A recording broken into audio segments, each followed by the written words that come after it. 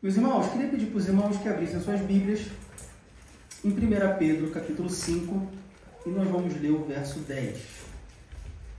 1 Pedro, capítulo 5, verso 10.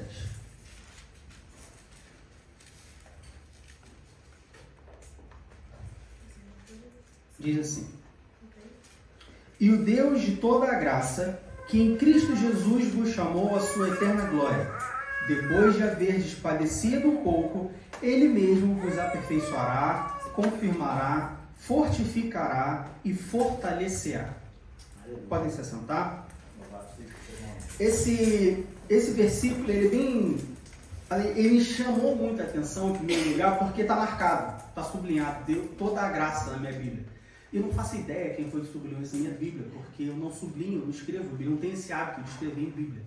Mas ele apareceu sublinhado na minha Bíblia. Eu tenho uma vaga ideia, eu tenho uma ideia de quem possa ter sido, mas a primeira coisa que me chamou a atenção foi isso.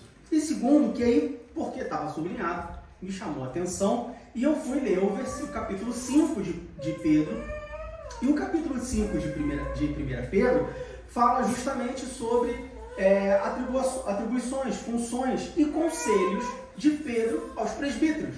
E eu, pela graça de Deus, sou o quê? Presbítero. Ou seja, 1 mais 1 é igual a 2, né, meus amigos? E aí eu fui ler, estudar, meditar sobre 1 Pedro capítulo 5. E aí aqui, como eu disse, Pedro ele separa uma parte da sua primeira carta para aconselhar os presbíteros. Para aconselhar aquelas pessoas que estavam no versículo 1, na 1 Pedro capítulo 1, versículo 1, nós vemos aonde que esses presbíteros estavam. Eles estavam dispersos. No versículo 1 diz: Pedro, apóstolo de Jesus Cristo, aos estrangeiros dispersos no Ponto, Galácia, Capadócia, Ásia e Bitínia, regiões da Ásia Menor, hoje território da Turquia. Mas quando eu li e o Deus de toda a graça, uma coisa que me chamou a atenção foi esse toda a graça. Se é toda a graça, eu entendo que é porque existe mais de uma graça. Porque senão seria e o Deus de uma graça, ou Deus da graça. Mas o Deus de toda a graça, automaticamente eu pensei, bom, se ele é o Deus de toda a graça, então existe mais de uma graça. Que graças são essas? E aí, ainda em 1 Pedro, no capítulo 4, no versículo 10, ou seja, no capítulo anterior, Pedro diz assim: cada um administre aos outros o dom como recebeu, como bons despenseiros da multiforme graça de Deus. E aí confirmou toda a graça. É mais de uma graça. Ou é a mesma graça apresentada ou despendida de forma diferente. E aí eu fui estudar sobre isso. E ainda no versículo 10, Pedro diz assim: e o Deus de toda a graça, que em Cristo Jesus vos chamou à sua eterna glória, depois de haveres padecido um pouco, Ele mesmo vos aperfeiçoará, confirmará, fortificará e fortalecerá. Aqui nesse versículo, Pedro é bem claro, é bem explícito, que Deus pede que Deus conceda toda a graça necessária para aqueles presbíteros, para aquelas pessoas.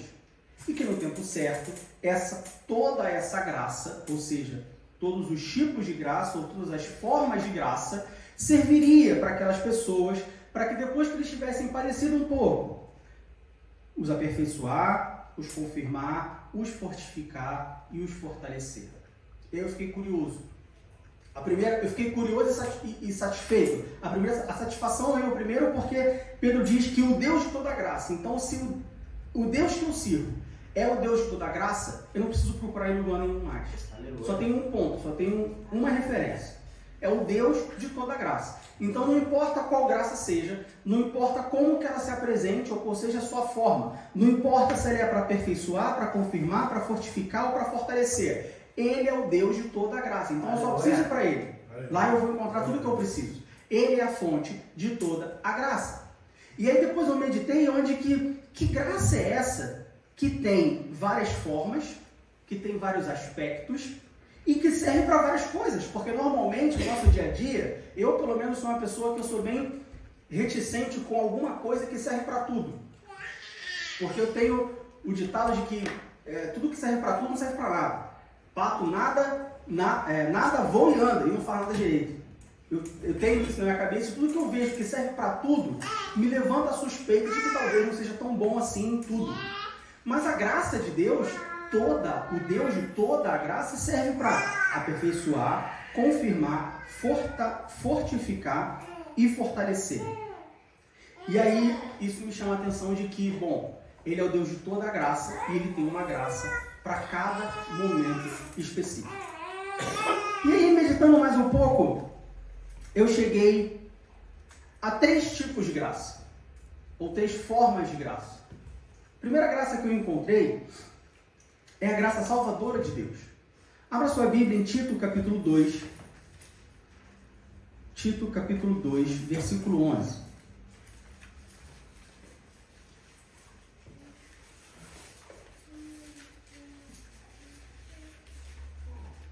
Tito, capítulo 2, versículo 11, vai dizer assim: porque a graça de Deus se há manifestado, trazendo salvação a todos os homens. Se a gente voltar lá para 1 Pedro, capítulo 5, versículo 10, nós vamos ver depois que Pedro fala sobre o Deus de toda a graça, ele fala assim: e o Deus de toda a graça, que em Cristo Jesus vos chamou à sua eterna glória. Pedro está falando de salvação. A graça salvadora de Deus. Tito, capítulo 2, versículo 11, Paulo fala: porque a graça de Deus se há manifestado, trazendo salvação a todos os homens. Bom, graça normalmente é definido como um favor imerecido de Deus. Uma benevolência, uma vontade, algo que a gente não merece, mas porque Deus é gracioso, porque Deus é bondoso, porque Deus é benevolente, Ele nos dá, mesmo nós não merecendo. Isso fica bem claro em Efésios capítulo 2, Romanos capítulo 11, quando Paulo fala que, olha, a graça é gratuita, ela não pode ser comprada, ela não pode ser retribuída, ela não pode ser paga. A graça de Deus, ela não pode ser paga, ela não pode ser retribuída. É algo que Deus faz porque Ele é bom. Mesmo nós não merecendo, Deus Ele faz. Por quê? Porque Ele é bom. No entanto, quando nós olhamos para a graça salvadora de Deus, eu achei uma outra definição, não de graça, mas da graça salvadora de Deus, que eu queria compartilhar com os irmãos. Quando nós olhamos para a graça, quando eu olho para a graça salvadora de Deus, eu vejo Deus entregando para mim as suas riquezas às custas do sacrifício de Jesus. Deus, Ele tirou de um para dar para o outro. Deus, Ele sacrificou o seu Filho para que eu pudesse ter essa salvação. Ou seja, para que eu pudesse ter acesso, ou voltar a ter acesso, às riquezas de Deus, e aí aqui a gente não está falando de riqueza material, claro que não, mas as riquezas eternas da soberania de Deus, para que eu pudesse ter acesso às riquezas de Deus, Deus me deu esse acesso às custas do sacrifício de Jesus Cristo. Isso é graça. Porque nada poderia pagar isso. Nada poderia comprar esse privilégio de voltar a ter comunhão com Deus. A graça da salvação de Deus é um privilégio que nós temos de poder voltar a ter comunhão com Deus. Sem a graça salvadora de Deus, a gente não tem esse privilégio. Porque pecamos. E porque pecamos, fomos destituídos da glória de Deus. E porque pecamos, estamos para sempre, como consequência desse pecado, estamos mortos espiritualmente, para sempre separados da glória de Deus. Mas pela graça salvadora de Deus, Ele nos dá as suas riquezas às custas do sacrifício do seu único Filho, para que todo aquele que nele crê não pereça, mas tenha a vida eterna. A graça salvadora de Deus. Em João capítulo 1 diz assim: a todos quantos os receberam, deu-lhes o direito de se tornarem filhos de Deus. A todos quanto os receberam. A graça de Deus, ela é incontável. A graça de Deus, ela é abundante. Porque Ele não dá a graça dele, salvadora, somente para algumas pessoas. Somente para aqueles que Ele acha que vai dar certo. Somente por aqueles que se esforçam. Não. A todos quantos receberam, deu-lhes o direito de se tornarem filhos de Deus. João capítulo 1, versículo 12. todos os que receberem a graça salvadora de Deus têm o direito de ser chamados filhos de Deus. Aleluia. E aí Paulo fala para mim, em Romanos capítulo 3, no versículo 22, Romanos capítulo 3, versículo 22 e 24, Paulo diz assim: isto é a justiça de Deus pela fé em Jesus Cristo, para todos e sobre todos os que creem, porque não há diferença, sendo justificados gratuitamente pela sua graça, pela redenção que há em Cristo Jesus. E nós aprendemos então que a manifestação da graça de Deus, da graça salvadora de Deus, é por meio da fé. Se eu tenho fé, então a graça salvadora de Deus é manifestada na minha vida. Pela fé sois salvos. Bom, então eu tenho a graça salvadora, eu não posso comprar, basta eu manifestar a fé. Só que aí Paulo também fala, em Romanos capítulo 3, no versículo 11, Paulo fala assim: não há ninguém que entenda, não há ninguém que busque a Deus. Então veja bem, nós temos a manifestação da graça salvadora de Deus. Para essa graça se manifestar, eu preciso de quê? Da fé. Se eu exercer a minha fé, essa graça salvadora de Deus, pela graça de Deus, eu sou salvo. Mas o mesmo Paulo fala, no versículo 11 do capítulo 3 de Romanos, que não há ninguém que entenda, não há ninguém que busque a Deus. Sabe o que isso significa? Que nem o mínimo necessário para que a graça salvadora de Deus se manifeste na sua vida, você é capaz de fazer. Nem o mínimo necessário para que a graça salvadora de Deus se manifeste na minha vida, eu sou capaz de fazer. Sabe por quê? Efésios capítulo 2, versículo 8. Efésios capítulo 2, versículo 8. Vai dizer assim: porque pela graça sois salvos, por meio da fé. Confirmação do que eu acabei de falar. E isso não vem de vós, é dom de Deus. Lá em Lucas capítulo 18, versículo 27, Jesus fala assim aos seus discípulos, os discípulos perguntam para Jesus: Jesus, quem vai se salvar? E Jesus responde assim: porque o que é impossível ao homem é possível a Deus. Nem a fé que nós precisamos demonstrar para que a graça salvadora de Deus seja manifestada, nós somos capazes de manifestar. Efésios capítulo 2, versículo 8. Pela graça sois salvos por meio da fé, e isto não vem de vós, é dom de Deus.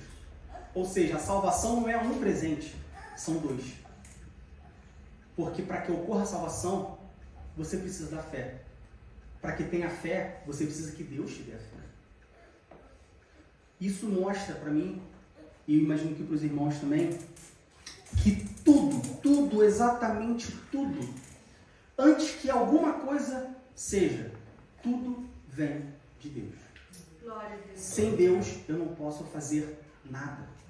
Porque nem a fé que eu preciso para aceitar o sacrifício de Jesus Cristo na cruz do Calvário e poder ter na minha vida a graça salvadora de Deus manifestada, eu tenho. Nem a fé eu tenho. Nem a fé é minha. A fé vem de Deus.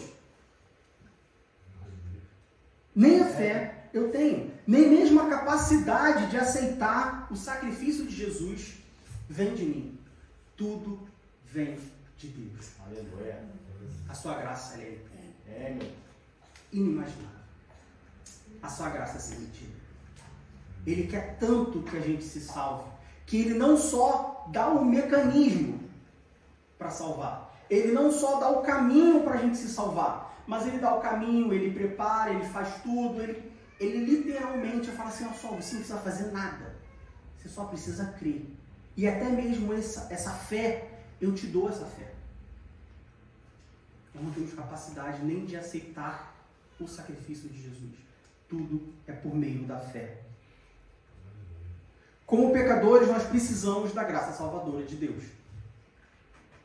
Como pecadores, nós precisamos experimentar a graça salvadora de Deus. Você já experimentou essa graça? Você já teve na sua vida a manifestação da graça salvadora de Deus? Esse é o primeiro ponto. Esse é o primeiro passo. Mas ele não é o único. O Deus de toda a graça. A multiforme graça de Deus. Então tem mais de uma. Você tem a graça salvadora. Mas existe mais uma. Sabe qual é? É a graça restauradora de Deus. Como assim, Diego?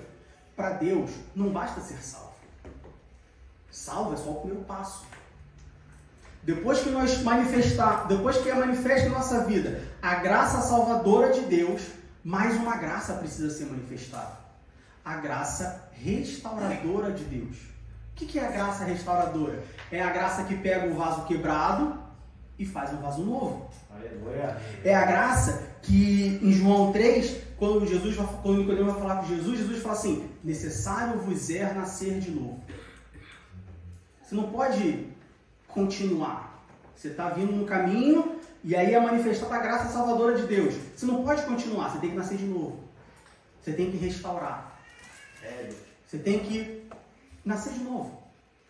É a manifestação da graça restauradora de Deus. A graça salvadora é apenas o caminho. A graça salvadora é apenas a direção. Mas para você seguir esse caminho, você tem que se preparar. Vamos escalar uma montanha. Ó, a direção da montanha é aquela ali. Você pega essa trilha aqui, você vai subindo, você anda 9 km, você vai chegar no pico da montanha. Mas aí basta você caminhar na montanha? Não, você tem que se preparar. A graça salvadora, de novo, ela é o caminho.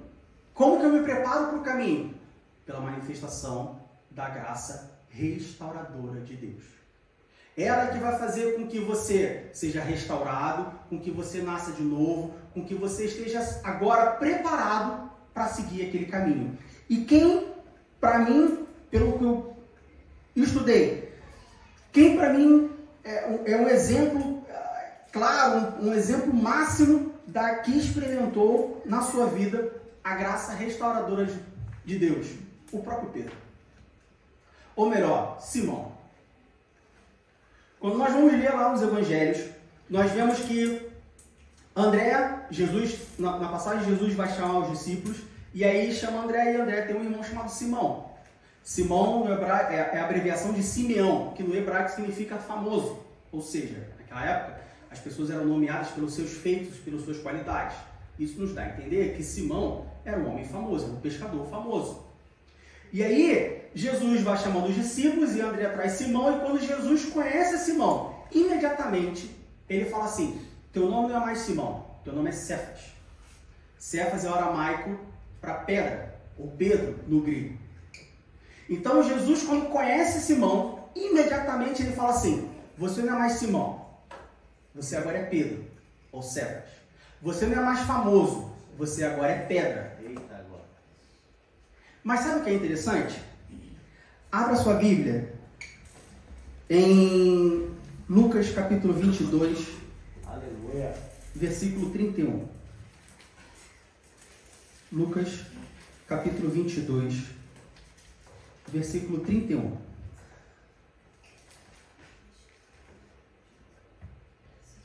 Disse também o Senhor: Simão, Simão, eis que Satanás vos pediu para vos cirandar como trigo. Eu falei assim: ué, no momento em que Jesus conhece Simão, ele fala: Simão, você não é mais famoso, você agora é pedra. Você não é mais Simão, você agora é Pedro. Se antes você era famoso, todo mundo ouvia te falar, agora você vai ser firme, inabalável, constante, porque você agora é pedra, você não é mais famoso. Só que aí em Lucas, no capítulo 22, bem depois que Jesus conhece Simão, Jesus chama Pedro de Simão. Por que Jesus chama Pedro de Simão? Porque quando Jesus chama Pedro de Simão, Jesus não está falando do Pedro firme, constante, inabalável como uma pedra, como uma rocha. Ele está falando do Simão, do homem que precisava de uma restauração. Do homem que às vezes estava forte, às vezes estava fraco. Às vezes andava pelo mar, às vezes negava a Cristo.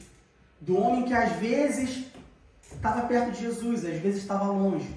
Toda vez que Jesus chama Pedro de Simão, isso nos mostra sobre a debilidade de Simão, sobre a inconstância de Simão. É Jesus falando assim: Pedro, agora tu está sendo Simão, está precisando ser restaurado. Você está ainda meio barro, meio tijolo, você está 50-50, não pode, você é Pedro, você é firme, você é constante, você é pedra. Você tem que melhorar. Mas em que Pedro tinha que melhorar? Bom, é só a gente olhar para Pedro que a gente vai ver vários defeitos em Pedro. Pedro, por exemplo, é uma pessoa impulsiva. Quando Jesus foi preso, ele pegou a espada, passou, cortou logo a orelha do soldado. Totalmente impulsivo. Pedro era soberbo. Em Marcos capítulo 14, versículo 29, Marcos 14, 29, olha o que Pedro faz. Marcos 14, 29, diz assim: E disse-lhe Pedro, ainda que todos se escandalizem, nunca, porém, eu. Um homem soberbo, um homem que confiava em si. Eu vou me escandalizar do Senhor Jesus? Eu vou te negar? Jamais. Todo mundo pode fazer, mas eu não vou fazer. Quem foi que fez? Pedro.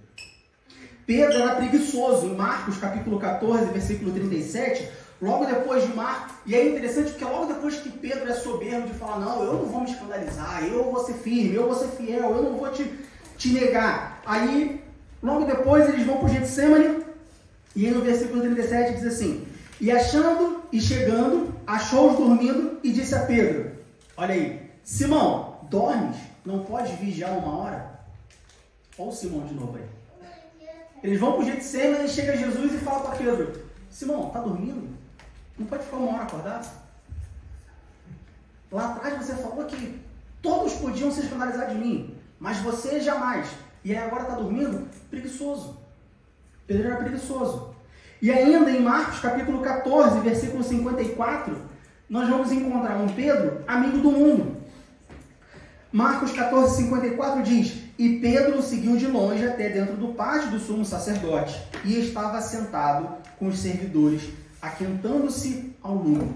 Jesus é preso, Pedro segue a Jesus, nega Jesus 3 vezes, e aí se assenta junto com aqueles que queriam matar Jesus. Amigo do mundo. Ou seja, Pedro era uma pessoa que precisava experimentar a graça restauradora de Deus. Não bastava ele ter experimentado pela graça salvadora.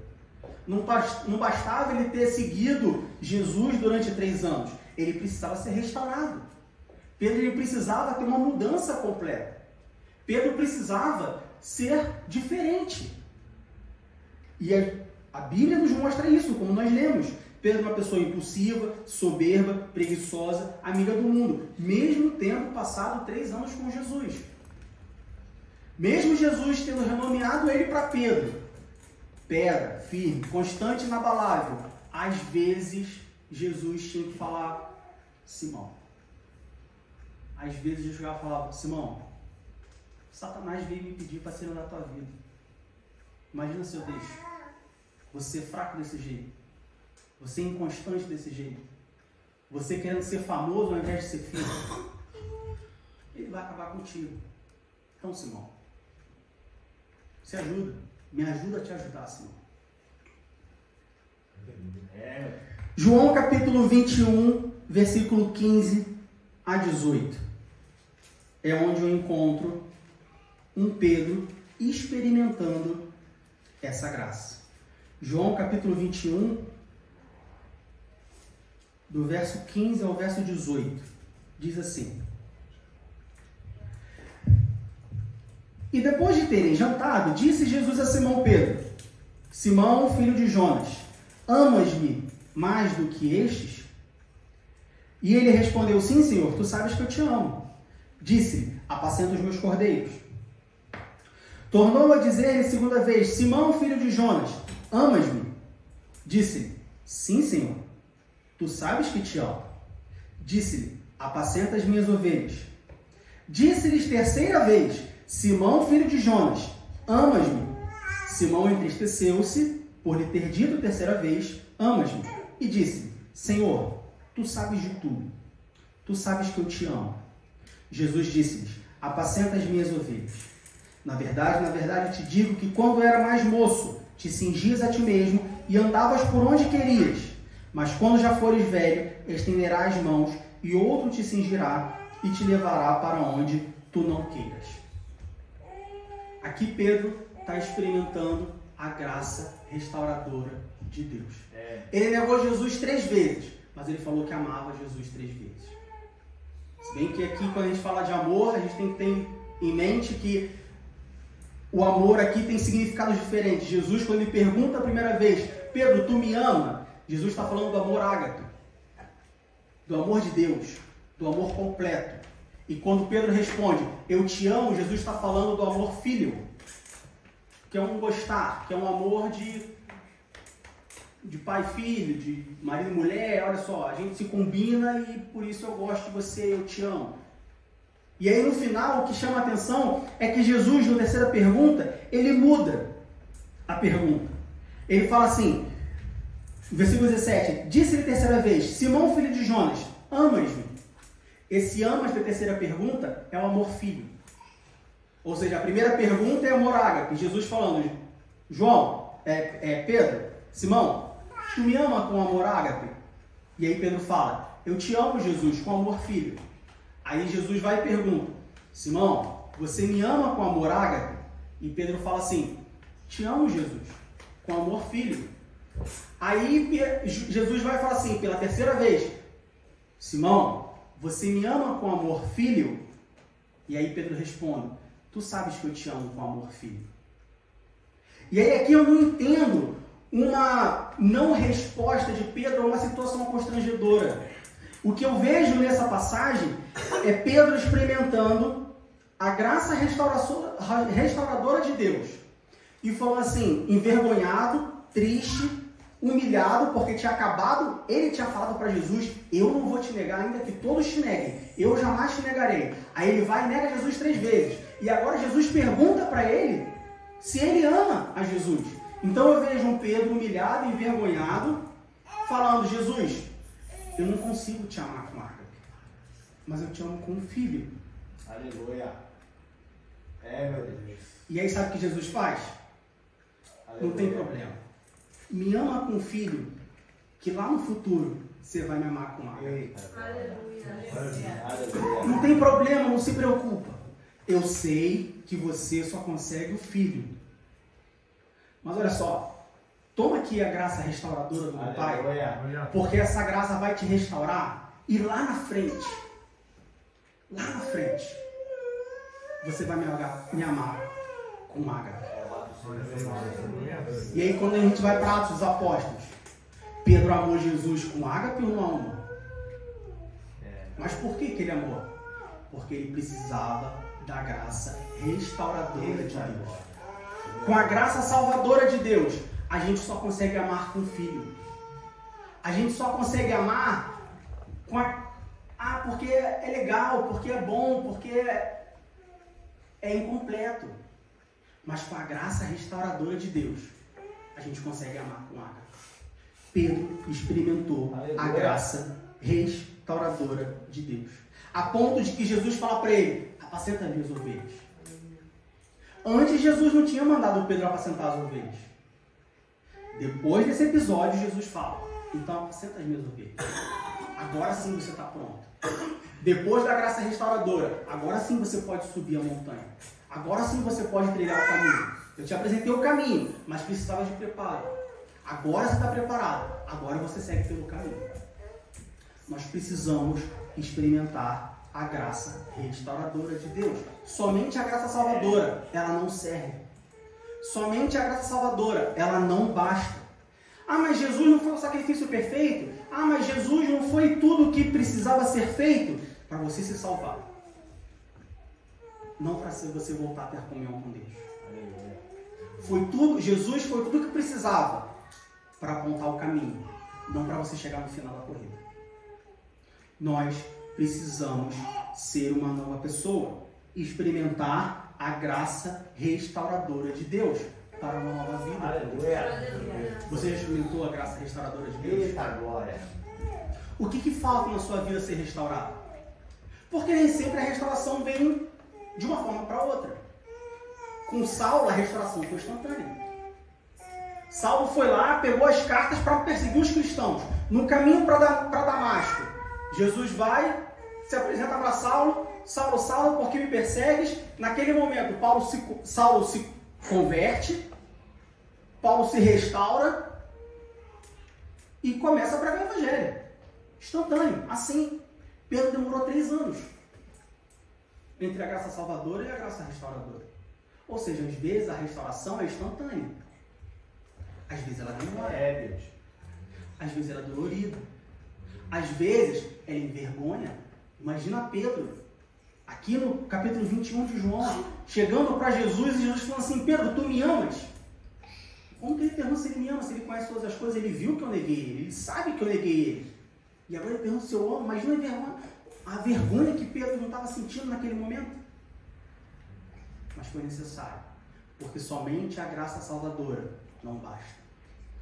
Você precisa, eu preciso, nós precisamos experimentar a graça restauradora de Deus.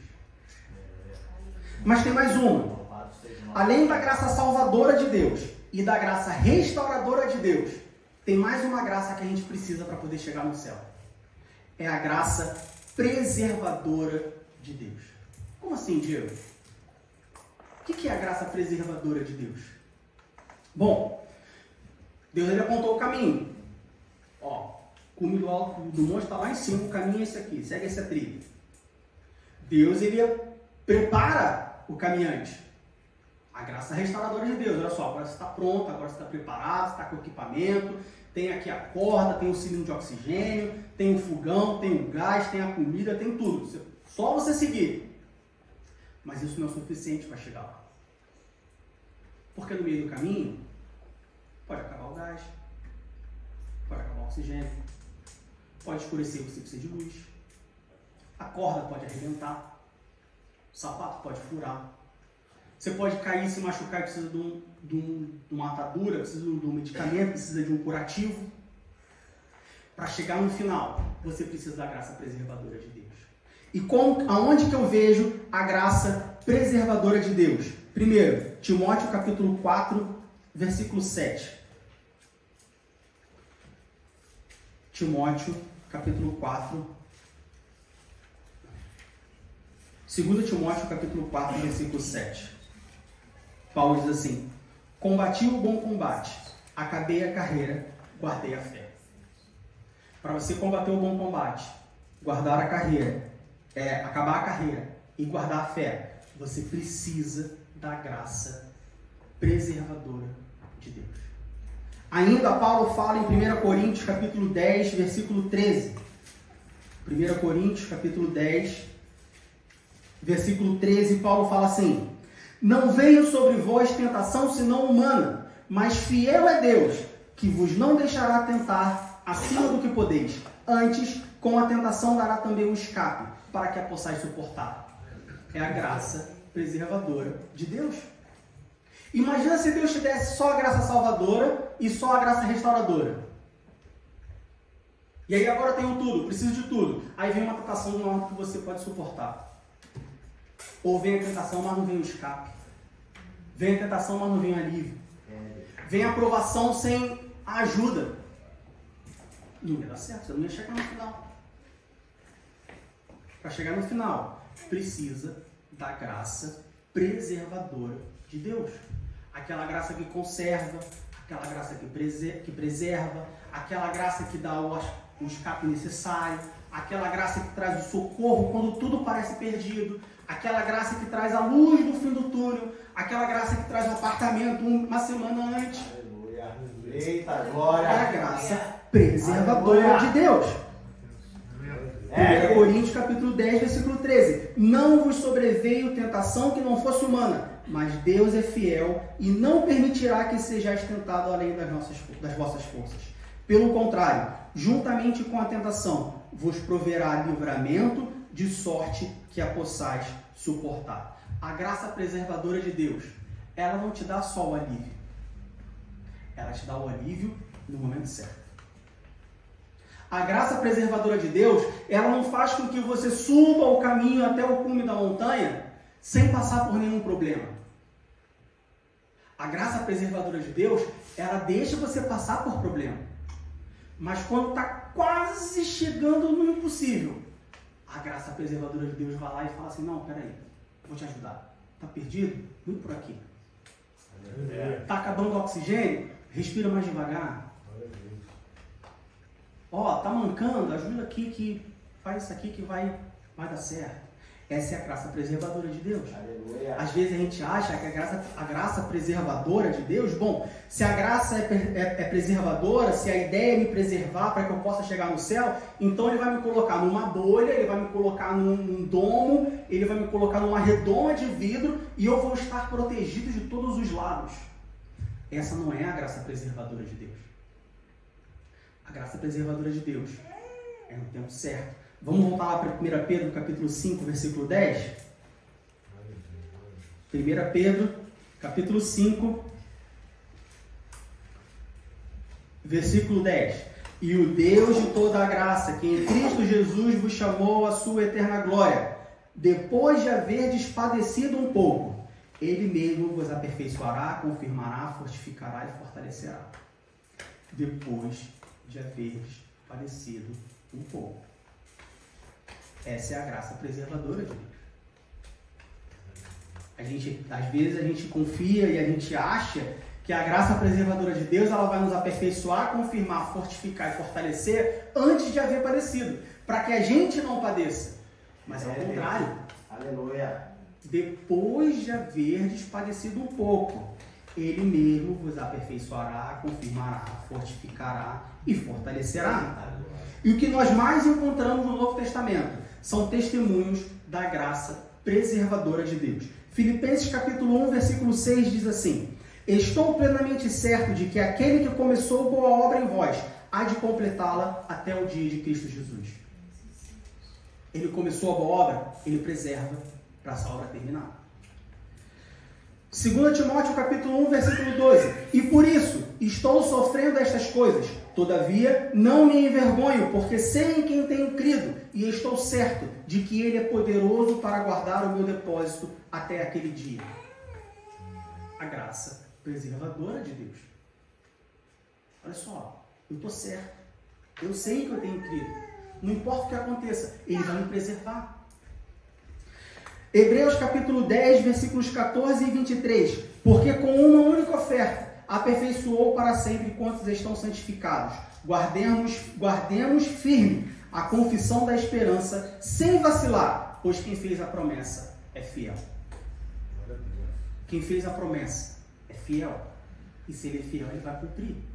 Ele preserva. Aquele que falou vai, está te ajudando. Aquele que falou vai, está te preservando. Porque ele é fiel. Ainda no livro de Hebreus capítulo 13, versículos 20 e 21. Ora, o Deus da paz que tornou a trazer dentre os mortos a Jesus, nosso Senhor, o grande pastor das ovelhas, pelo sangue da eterna aliança, vos aperfeiçoe em todo o bem, para cumprirdes a sua vontade, operando em vós o que é agradável diante dele, por Jesus Cristo, a quem seja a glória para todo sempre. Amém. Mais um testemunho da graça preservadora de Deus. Por último, Judas, versículo 24. Judas, servos de Jesus Cristo, irmão de Tiago, aos chamados, amados em Deus Pai e guardados em Jesus Cristo. Ora, aquele que é poderoso para vos guardar de tropeços e para vos apresentar com exultação, imaculados diante da sua glória. É a graça preservadora de Deus. Você tropeça, mas não cai. Aí que está a diferença. Você tropeça, mas não cai. Normalmente você está andando, você tropeça, você cai. Mas a graça preservadora de Deus, você tropeça, mas não cai. Por quê? Porque Deus está ali manifestando a sua graça. Favor imerecido, eu não mereço, mas Ele faz, Ele me preserva para que eu possa segurar. Aleluia. Então, 1 Pedro capítulo 5, versículo 10. E o Deus de toda a graça, que em Cristo Jesus vos chamou à sua eterna glória, depois de haverdes padecido um pouco, Ele mesmo vos aperfeiçoará, confirmará, fortificará e fortalecerá. O Deus que eu sirvo, o Deus que você serve, é o Deus de toda a graça. Aleluia. Toda a graça. Da multiforme graça de Deus, como diz no capítulo 4 de 1 Pedro. A graça tem várias formas. Esse teu Deus, esse meu Deus, esse nosso Deus provê toda a graça necessária. Aleluia. E quais são as 3 graças que eu preciso desesperadamente? A graça salvadora, aquela graça que por meio da fé em Jesus Cristo nos justifica e nos tira do lamaçal do pecado. Aquela graça que, por amor a Jesus Cristo, por amor de nós, Ele entregou o seu único Filho para morrer por nós, para que por meio da fé, que de novo não é nossa, nem a fé que nós precisamos ter para receber a graça salvadora de Deus é nossa. Tudo vem de Deus. A graça salvadora de Deus é porque é a qual, pelo sacrifício de Jesus, possa nos livrar do pecado. Aleluia. A graça restauradora de Deus, aquela que não basta restaurar o pecado. Não basta te tirar do pecado. Não basta Jesus morrer e aí pela graça salvadora de Deus, agora Ele vai, eu estou ali no lamaçal do pecado, Ele vai, pega, me tira e me traz para fora do lamaçal do pecado. Só isso não basta. Ele tem que me dar um banho, Ele tem que me limpar, Ele tem que me dar uma roupa nova, porque minha roupa está suja. Ele tem que me restaurar. É a graça restauradora de Deus. É aquela graça que, uma vez tirado do lamaçal do pecado, agora me transforma para uma nova vida. Eu não posso viver uma nova vida do jeito que eu estou. Eu não posso, o Diego velho não pode viver a nova vida. Tem que ser o Diego novo. Porque se o Diego velho viver uma nova vida, ele vai fazer os hábitos velhos. As atitudes dele vão ser atitudes do Diego velho. O que ele fala, o que ele faz, o que ele pensa, vai ser tudo Diego velho, no caminho novo. Vai estragar o caminho. Não vai dar certo. Para um caminho novo, precisa de um Diego novo. Passou a graça salvadora, precisa da graça restauradora. Pedro encontrou essa graça restauradora. Demorou 3 anos. Paulo encontrou essa graça restauradora instantânea. Você já encontrou essa graça restauradora? Se você não encontrou, busca a Deus. Peça a Deus. E Ele vai dar. Porque se Ele dá a fé necessária para a graça salvadora, imagina se Ele não vai te dar a graça restauradora agora que você já está salvo. Deus. Se Ele teve interesse em te salvar, você acha que Ele vai ter interesse em te deixar pelo meio do caminho? Jamais. E por fim, a graça preservadora de Deus. Aquela que nos traz ajuda nos momentos mais difíceis. Quando está à beira do colapso. Quando você olha e fala assim, vou ficar no caminho. Não vai dar. O gás acabou, o oxigênio acabou, o suprimento acabou, tudo acabou, não tem mais nada. Aí vem a graça preservadora de Deus e fala assim, não acabou não, calma, fica tranquilo, vai dar tudo certo. Não se preocupe. Você já está restaurado. Você agora precisa de outras coisas. Você é uma nova pessoa. O que você achava que precisava, você não precisa mais. Agora é comigo, deixa comigo. Depois de haver padecido um pouco, Ele mesmo vos aperfeiçoará, confirmará, fortificará e fortalecerá. Ele te deu a graça salvadora. Não tem maior interesse do que Ele te dar a graça restauradora, te fazer uma nova pessoa. E aí você acha que depois de ter te salvado, que depois de ter feito uma nova pessoa, Ele vai te deixar pelo meio do caminho? Não, aí a graça preservadora, aí ela vem, e aí vem igual Paulo, ó. Acabei a carreira, combati o bom combate, acabei a carreira e guardei a fé. Estou subindo para o céu junto com os meus irmãos. Romanos capítulo 8. Para nós encerrarmos, Romanos capítulo 8, versículo 17. Romanos capítulo 8, versículo 17 diz assim: E se nós somos filhos, somos logo herdeiros também, herdeiros de Deus e co-herdeiros de Cristo, se é certo que com Ele padecemos, para que também com Ele sejamos glorificados. Aleluia. Peça a Deus para você experimentar a graça salvadora de Deus, a graça restauradora de Deus e a graça preservadora de Deus. E você vai reinar na glória junto com Ele. Aleluia. Junto comigo. Todos juntos. Reinando com Ele na glória. Porque Romanos capítulo 8, versículo 17 diz que se nós somos co-herdeiros, herdeiros de Deus e co-herdeiros de Cristo, e se a gente padeceu, então é justo também que juntamente com Ele a gente seja glorificado. Aleluia. A graça salvadora, restauradora e preservadora. E você vai reinar na glória junto com Ele. Aleluia. Deus abençoe o nome.